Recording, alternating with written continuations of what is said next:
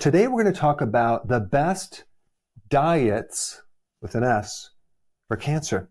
There's multiple diets that we're going to talk about. But this video involves what to do if you have cancer. What do you eat? If you have cancer and you go to your doctor and you ask them, what am I supposed to eat? Many times they will tell you, it doesn't matter. Eat whatever you want. And to me, that is so wrong. Depending on what you eat, you can either feed cancer or starve cancer. I am not selling you any diet. I'm not selling you any nutrition. I'm not selling you any products, okay? Check with your doctor before implementing what I'm going to show you. Some people are going to criticize this video and say, well, what does Dr. Berg know about cancer? Well, I want to just put some links down below of several of the research papers that I'm involved with, and you can read up on that. I think it's pretty sound information, and when you get all the details, it'll make a lot of sense. If there's someone that discourages you from even researching this information, I would always ask them this one question. Do they have a better solution for cancer? Because the problem with cancer right now is the statistics are terrible. We spent trillions and trillions of dollars on cancer, and we have definitely not solved that problem. The mortality rates of treatment with cancer are roughly the same as they were a couple decades ago. Now that I have that out of the way, there's a couple things you need to know about cancer. Cancer is very heterogeneous. What does that mean? It comes from the Greek word hetero, which means different, and genes, which means kind, type, or origin. This word really means there's many different types of cancer. It's really not one disease. The second thing you need to know is that cancer itself is very sick, okay? It's living on the edge. Cancer actually came from normal cells. When the mitochondria get damaged, there's a plan B that the cell will then revert to. And the reason I'm even telling you this is because we really want to understand cancer, to look at the vulnerable areas, the weak links that we can attack. There are certain therapies that people use, increasing oxygen to help kill cancer, like hyperbaric, or even exercise, where you're flooding the body with more oxygen. You can actually stress the cancer out. It's called ROS, but we'll just look at it like more oxygen can actually help kill cancer, okay? So that's another point. The other thing to know is that cancer tends to spread into areas of your body, into inflammation and other areas where you don't have oxygen. The other thing about cancer is it's constantly evading your immune system, because your immune system has very targeted cells to kill cancer. This brings up the point of chemotherapy, right? It kills off the cancer, but it also kills off part of the immune system as well. So we just want to take in consideration our immune system and understand it more and do things to strengthen it, which I'm going to cover in a little bit. As a side note, vitamin D is super important in your immune system. And what's really interesting about cancer cells is they tend to block the receptors for vitamin D because somehow they know they'll survive better. So knowing that information, you might want to keep your vitamin D levels a lot higher than they are normal to penetrate the blockages or the resistance that the cancer has created in the receptors for vitamin D. And I'm going to talk a little bit more about that in the next section. But here's the next thing you need to know. There's various fuels that cancer tends to live on. So in other words, if you have a certain type of cancer, it might need glucose as a dominant fuel to function. That right there gives us a strategy, because if we understand the type of cancer you have and the genetics of it, we can then know what fuel it uses to then starve it of that fuel. So that's really part of what we're going to talk about in these diets. The great majority of cancers live on glucose and glutamine, which is an amino acid, and especially the cancers that are very fast growing. But of course, now this brings up another problem, because if you start to starve a cancer off of one fuel and you keep eating the same diet, the cancer will eventually adapt to a different type of fuel. Some cancers also can use lipids. That's fat, especially the cancers that are influenced by your hormones. Some cancers also can live on branched chain amino acids as its fuel. Despite popular belief, and as much as I hate to tell you this, some cancers can even live on ketones and use ketones to build its membranes. And especially in advanced late-stage cancers, they'll start going after the ketones. With cancer, you can't just do one thing. You have to do many different things just because cancer is so adaptive and it'll just try to survive no matter what you do. When you do chemotherapy, you kill all this cancer off. There's always a few cells that don't die, that become supercharged and very resilient. Just like when you take antibiotics, you kill off most of the bacteria, but there's certain bacteria that become now resistant. Because if someone tells you chemo and radiation therapy is going to completely cure your cancer, and it doesn't, well, this is why. But let me just make it very clear. I am definitely not telling you not to get chemo or radiation.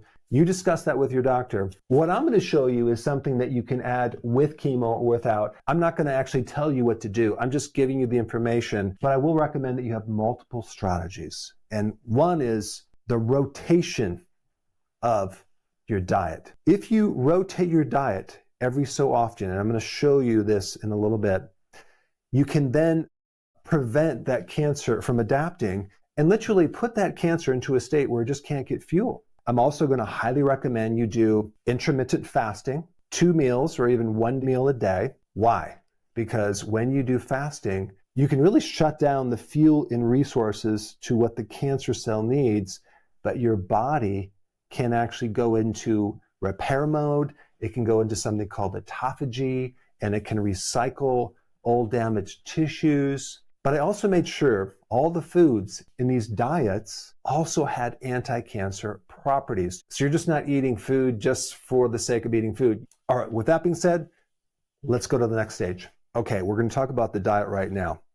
And just so you know, I created a very detailed document that you can download for free down below to get all the nitty-gritty details, because if I were to create a video and talk about every single diet and all the different types of cancer, this would be like an 8-hour video. So I didn't do that. Instead, I'm going to give you the big idea of what you're going to be doing, and then you can download the document to get the specific eating plan and how you should rotate it and the foods involved. We've talked about the different fuels that certain cancers love. Okay, so certain cancers love glucose, glutamine, lipids, others branched chain amino acids, and some cancers can live on ketones, especially the ones that are aggressive and late stage. And so I even listed some of the type of cancers: glioblastoma, colorectal, breast cancer, lung cancer, head and neck cancer, cervical cancer, all love glucose. And then when you download the document, you can just look up what type of cancer you have, and then you can see what fuel that it primarily uses. And also, I mentioned this before, if you look at breast cancer over here, you also see breast cancer over here and over here, because there's different types of breast cancer. And if you know the genetics of your breast cancer, you'll know what bucket that falls under. But realize when we're dealing with breast cancer over here, we're dealing with the advanced stage, probably like a stage 4 cancer, where it's spread to other tissues, okay? You may have 2 different cancer cells, one that loves glucose and the other that loves glutamine, okay? And this is the reason why the diets are set up like they're set up. Like an anti-glucose diet, no glucose, for 10 to 14 days, if you have any of these. And then you're going to switch to an anti-glutamine diet, okay, where there's no glutamine in that diet for 4 to 5 days. This way you can starve off the certain cells that depend on glucose in that tumor, and then also starve off the ones that live on glutamine, and they never have a chance to really grow and take over, because you are constantly rotating the diet. When you do the anti-glucose diet, which is really the ketogenic diet, and then you switch to the anti-glutamine diet, which is eating mostly plants, you'll just keep rotating here, and then you go back here, and you'll rotate back here. So let's say, for example, you had a melanoma, you'd start with the anti-glucose diet for 5 to 7 days. If you notice, it's a different amount of time than over here. And then you're going to switch to the anti-glutamine diet for 7 to 10 days, and then you just kind of rotate back to where you started from, and you keep doing that over and over again. For dealing with prostate cancer, for example, that can survive on lipids, we would start with the anti-glucose diet for only like 2 to 3 days, very short period of time, and then you go to the anti-lipid diet. Now, with this diet, you're going low fat. However, when you read up on the diet, you can do certain fats like omega-3 fatty acids because for some reason they're not going to feed the cancer. They're more anti-cancer. So when you read through it, it's not a completely zero-fat diet, but it is a low-fat diet for a period of time. Because what we're trying to do is we're trying to starve off the fuel and the resources for that cancer as one of the strategies. Let's say, for example, you have liver cancer. Well, you start off with the anti-glucose diet here for 5 to 7 days, and then you go to the anti-branched chain amino acid diet. That one was a tough one to come up with because branched chain amino acids are in so many different foods. But when you look at this diet, you'll see what you'll be eating. It's going to be definitely more plant foods. But then after 7 to 10 days, you'll switch back to this diet right here. The diet that I would recommend to prevent cancer is very different than the diet that you would do once you get cancer. Because once you get cancer, you have to go through this whole process. And it's scary because sometimes you're taking chemo and sometimes people are scaring you with different prognoses. So it can be very stressful, not to mention very confusing because everyone wants to give you their opinion. So if you're watching this and you don't have cancer, I would highly recommend the healthy version of the ketogenic diet with intermittent fasting to avoid getting cancer. Then we get to ketones. There's definitely a lot of controversy. I'm going to get comments down below.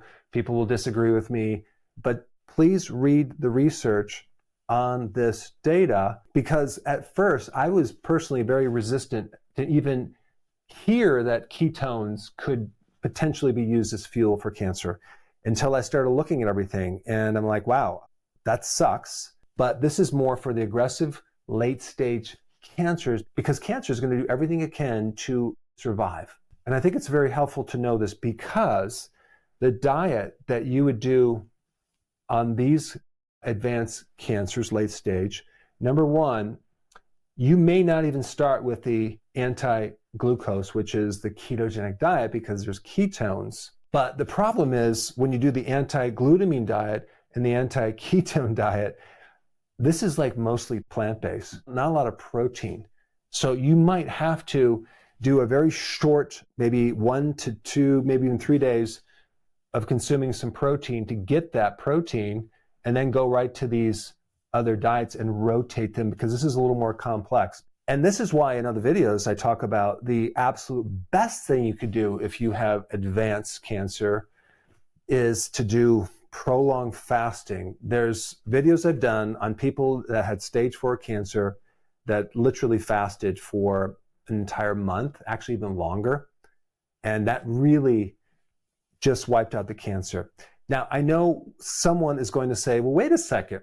When you're doing fasting, you're living off ketones. And isn't that going to feed the cancer? Apparently, the ketones from the fasting don't help this cancer survive. Now, with these type of cancer, under the different fuel source, I've also listed some key supplements that can help you block glucose or block glutamine or block ketones. The next point is vitamin D, because you want to get your blood levels of vitamin D right around 90 or maybe 100 nanograms per milliliter and get a lot of sun. There's a lot of therapy from both vitamin D and the sun to your mitochondria and to your immune system. Exercise will give you a lot of therapeutic benefits to your mitochondria and oxygen to actually help kill cancer cells. And of course, just to reiterate this fasting, 2 meals or 1 meal a day would be your standard thing. And then here's the really important thing with prolonged fasting. The longer you can fast, the better. I would recommend 1 to 2 times every 2 to 3 weeks, you do a 24 or a 48-hour or a 72-hour fast or even longer. Do it erratically because anything you do as a pattern, sometimes the cancer can adapt to that. So for example, next week you do a 48-hour fast and then you wait for 2 weeks and then you do a 72-hour fast and then you wait for a week and do a 5-day fast. That would be super strategic to your specific cancer. All right, I hope I didn't overwhelm you too bad. I will put this download in the description so you can just click it and print it out and you can follow it and you can do more research and you can show your doctor. But if you have not watched my video on what to eat to prevent cancer, I put that video up right here. It's very important. Check it out.